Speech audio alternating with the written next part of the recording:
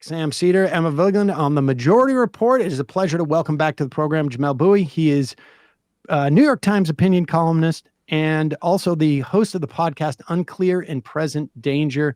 Jamel, welcome back to the program. Thank you for having me. This week, you wrote about a column in the New York Times and then sort of followed it up with a blog post about that column, outlining the difference between, or I guess, the move of the Trump administration from being unconstitutional to anti-constitutional. Walk us through, broad strokes, the difference there. Sure. I think most people understand what it means to say something is unconstitutional. It violates the Constitution. The administration recently was rebuked for its attempt to try to ban transgender people from the American military. And that was straightforwardly the court that said that this was unconstitutional action. Straightforwardly, you can't just discriminate against categories of people like this. You can't just say this whole category cannot participate. That violates the Equal Protection Clause of the 14th Amendment. And it's a straightforward kind of, you're operating within a sphere of power you have, kind of determining the composition of the military, the standards, but you're doing a thing within that authority that's just not allowed. That's unconstitutional. Anti-constitutional is more just rejecting kind of the very premise of constitutionalism itself, which is that you as an official of the government are not the sovereign in the society, right? Like you can't determine who exists outside the law or within the law. You are merely an instrument of the Constitution. You're an instrument of the will of the people, so to speak. And you are bound by laws, and you are bound by laws, and you are bound to operate according to those laws. And as well, you operate in a system where the government is limited in the authority that it can exercise. It does not have unlimited authority to do whatever it wants. And it's clear, to me at least, that the administration, in addition to doing all these unconstitutional things, is clearly making a set of anti-constitutional claims. It's saying that it doesn't have to listen to the legislature, and the legislature makes spending decisions. Now, the Constitution clearly states the legislature has the power of the purse. But the administration is saying, we can just cancel whatever they say. We can destroy entire agencies without their input. We have actually the legislative authority. And that both violates the Constitution, but is also a statement of authority of being above the Constitution as well. And I describe that as anti-constitutional. This thing where the administration is basically renditioning non-citizens to El Salvador on the basis of an accusation of gang membership without due process, that's also anti-constitutional. It's not just a violation of the law. It's not just a violation of the due process clauses of the Constitution. It is a statement of power, of sovereign power, that I, the president, have the right to decide, inherent in my authority, who gets to be here and who doesn't, and no one can review it. That is the kind of claim that you might find in a dictatorship, in an absolutist system, but it's explicitly against the very notion of a constitutional system. So I would throw that in there as well. Yeah, well, let's talk about that sort of paradox. How can you claim that the president has inherent authority when it only exists, that supersedes the Constitution, when any authority a president has, or even just the existence of the president, is literally defined by the existence of a Constitution? So this word inherent that the administration throws around, that, and I'm sure you'll remember this, that the Bush administration used to throw around a lot as well. This is the unitary, like I was going to ask you, like, theory. How does this dovetail with the unitary executive theory? It's this, so the first clause of Article 2 says the executive power shall be vested in the president. And there are a group of conservative legal scholars who read this extraordinarily broadly. They say that this vesting clause, that the executive power is this broad, almost amorphous thing that is separate from the enumerated powers in Article 2, and that vesting it in a president gives that president all kinds of authority to operate according to sort of what's inherent in being an executive. And so they'll argue, for example, that what's inherent to being an executive is the ability to hire and fire. So the president, therefore, has the ability to fire anyone in the civil service and doesn't have to listen to any congressional rules or judicial judgments about standards for removing someone from their position. They'll say that the executive has inherent power to execute a war, to fight a war, and that anything they do in relation to that is constitutional, is lawful, because of that inherent authority, and that anything a Congress or a judge might try to do to limit that is illegitimate because this isn't an executive's inherent authority. Now, I'll say a couple things about this. The first is that the U.S. Constitution is sort of famously a constitution of like limited government and enumerated powers. And although there are certainly implied powers that the various branches have, right? This is the holding of Macaulay v. Maryland, right? That the necessary and proper clause in Article 1 does give the Congress a set of implied powers. If you got to make a bank to do something that you have an explicit power to do, you can do it. And in the same way, there are some implied powers that the president has. To go back to kind of the military thing I mentioned earlier, if the president needs to set out standards for who can serve, the president can do it. The Constitution doesn't explicitly say it, but commander-in-chief, it's kind of implied. But this notion of inherent, that's not really constitutional, right? Like, because it says that there are all these powers the executive has that aren't enumerated, and that kind of just exists by virtue of that person being the executive. And to my mind, it's like a contradiction, right? Like, why would you go through the trouble? The framers spent a lot of time trying to figure out the powers the president has. Why would they have gone through the trouble if they had actually created an office with all this inherent authority? They wouldn't have. It doesn't make any sense. But there's Let me just clarify. So in one instance, in the first instance, we're talking about subservient powers to an enumerated power. Right. So it's like, how do I go about executing, and the sort of subservient questions and issues that I might arise and decisions I have to make in fulfillment of that sort of like top line power. Right. Exactly. And then it also occurs to me that this notion of there being inherent powers, and those inherent powers are just sort of like this, almost like they emanate outside. Well, they literally do emanate outside of the bounds of the Constitution that have been written and offered to him. But this also seems to me to be a complete 180 of conservative legal thought from as recently as like 10 years ago, where the notion of any type of rights associated with anyone associated with government that wasn't specifically enumerated didn't exist. Right? I mean, am I wrong about that? I mean, it's when it comes to rights that people possess, conservatives have tended to have an extremely narrow reading of what the Constitution provides, right? People believe they have a right to privacy, and conservatives say, well, it's not explicitly said, even though, I think we would all say it's clearly implied, right? The Fourth Amendment implies a right to privacy. They would say, yeah, it's not said, so maybe it doesn't exist. But when it comes to executive power, their view is that, in fact, there are all these inherent powers that cannot be violated. And typically this applies to Republican presidents and not Democratic ones. Of course. I think if you're looking for an explanation for this, I think you'll go awry looking for an ideological explanation. I think it's much more sociological, which is that the originators of unitary executive theory, the people who have been at the vanguard of trying to push this notion of an expansive, Dick Cheney, John Roberts, Sam Alito, name a few, they put out a few names.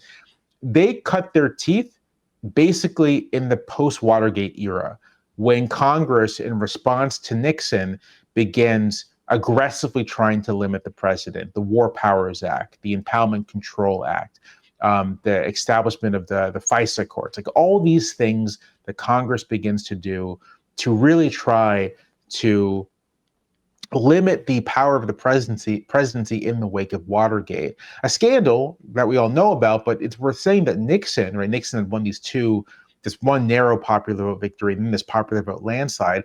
Nixon is sort of making these what we'd recognize as like Trumpian claims about possessing the will of the people.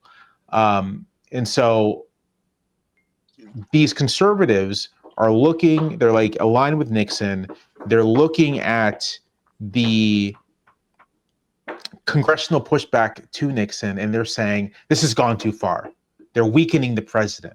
The president, who represents the people, should not be bound by all of these illegitimate laws. And I think it's a very easy way to see how, like, these conservatives are kind of step by step laid down the theoretical groundwork, taken the legal actions to like unbound the presidency, or unbound the presidency that they believe to be bound.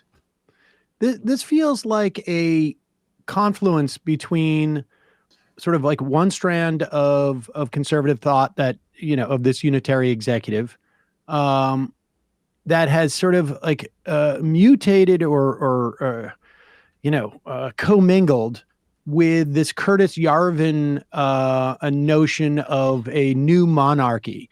I mean, it's sort of like, in the same way that we've seen Doge and the Heritage Foundation sort of like meld in their agendas. It's almost as if this sort of these two strands of intellectual thought that ultimately lead to the same place have also sort of like commingled and created a more even, lethal strain of this ideology. No, I think that's right. I mean, I think it's like opportunism from the tech side of things, recognizing, well, it's a lot of stuff. It's the opportunism of the tech side, recognizing that there is this framework that allows for the exercise of, extra constitutional power. There's the fact that Donald Trump himself has I don't think that guy has any particular ideology or any particular beliefs other than what most benefits him. And what most benefits him is like this untrammeled, unaccountable power. That's what he wants the most. He wants to be able to be the ultimate boss. And then you have legal conservatives who see Trump as a vehicle for their interests. And so there's like this entrance convergence of these three groups, well, two groups and one guy. Two groups, one guy. No, I mean that's it. I mean that's what it feels like, and they're putting it. They're putting it in action. What? I don't know. I mean, you could take even like the Boasberg case seems to be, and this is the deportation where he keeps asking, you need to provide me more information. And they're like, why would we? I mean, this seems to be the first case where they are inching closer to the idea of like, we don't really need to deal with the courts. Yeah. I mean, that to me, I mean, as far as I can tell, or that Congress seems to be the one most but the one where they're already ignoring Congress's authority. Right. But it's a question of whether they're ignoring the authority of the court to adjudicate that question. Where do we go from here? It's like Boasberg. Give me your sense of Boasberg, because you brought up those deportations as like one of the more sort of like illicit acts, blatantly illicit. Like, what is your sense of what's going on there? Because it feels like Boasberg is like, he sort of, it seems like, knows that maybe this is he's at the fulcrum right now and doesn't want to be the one to sort of like declare a constitutional crisis. Right. No one wants to bear the brunt of whatever is going to come next. I think you're right to say that that's the case where they're really pushing with just disregarding the courts altogether, saying that you don't have the authority to adjudicate these things. I don't have a great sense of Boasberg, the person. I figure that he's likely to be as much motivated just by the fact that the administration is showing such open contempt for him and open contempt for the proceedings as any particular theory. Frankly, I kind of imagine he's a Republican appointee, probably a conservative guy. I imagine that if the administration had come to him hat in hand, willing to cooperate, that he would rule favorably for them, right? He would be like, sure, show more evidence next time, but we understand what you're doing. The contempt they're showing for him and the court and the attacks on the court may lead him to the kind of negative ruling that the administration does not want. But then it's or is it ruling they do want? I mean, it sort of feels them. I mean, it sort of feels like for them, this is their best sort of like from a public standpoint. This is their best polling: immigration, Yeah. They're, supposedly criminals, hardened criminals. They've put all the propaganda money into it. This feels like the case that they want to have, like, to create this crisis. Right. And I mean, this is, we're in this realm of speculation. I honestly don't know what happens, right? If he rules that you got to bring these people back, that this is a terrible violation of due process, that we already have evidence that these people are not hardened criminals, and even if they were, they deserve a hearing, and the administration just says, no, we're not going to do it. Like, I'm not sure what comes next after that. My hunch is that no one really in American civil society, or very few people, have the stomach for this kind of direct confrontation with the president, especially over an issue like immigration. And so it'll be kind of like, well, it happened, we'll just kind of ignore it. But the problem there is that obviously the administration's claims to the kind of authority the president has aren't going to end there. If the president's claiming the authority to rendition people without due process, rendition non-citizens or undocumented residents, then they're probably going to claim it with regards to just non-citizens in general. And it's a short hop and step there from just citizens themselves, right? Like anyone. I mean, the lack of due process is really the sort of the line, right? Where if you blow out the due process, then do we even know if it's a citizen or not? It doesn't matter. Right. It doesn't matter because you'll have no way to prove it. And it doesn't feel like there's anyone willing to just like make that argument. Everyone's so afraid to say, listen, even if they are criminals, who's to say that if it's not, who's to say you're not the next person picked up because you look the wrong way, that you have the wrong tattoo? And how can you prove if you're innocent or not? This is a little bit of an aside, but I continue to find the way that so many political actors are treating Trump as if he did win a landslide, and not as if he won the most exceedingly narrow victory you could win on basically the basis of groceries are too expensive. And so, to my mind, those are great grounds for political contestation, right? Like, you can say, what does this have to do with getting prices down? What does this have to do with anything? This is just like power-hungry nonsense. But there's this fear, and the more the fear is allowed, the more the administration's allowed to act unchecked by civil society and political society, the more that fear just grows, and the more real effective power they can claim, even if they don't have the legal power. Hey folks, don't forget to hit the subscribe button and check out our daily show. We do it every day at 12 p.m. Eastern for about 2.5 hours. We even take phone calls. You should check that out.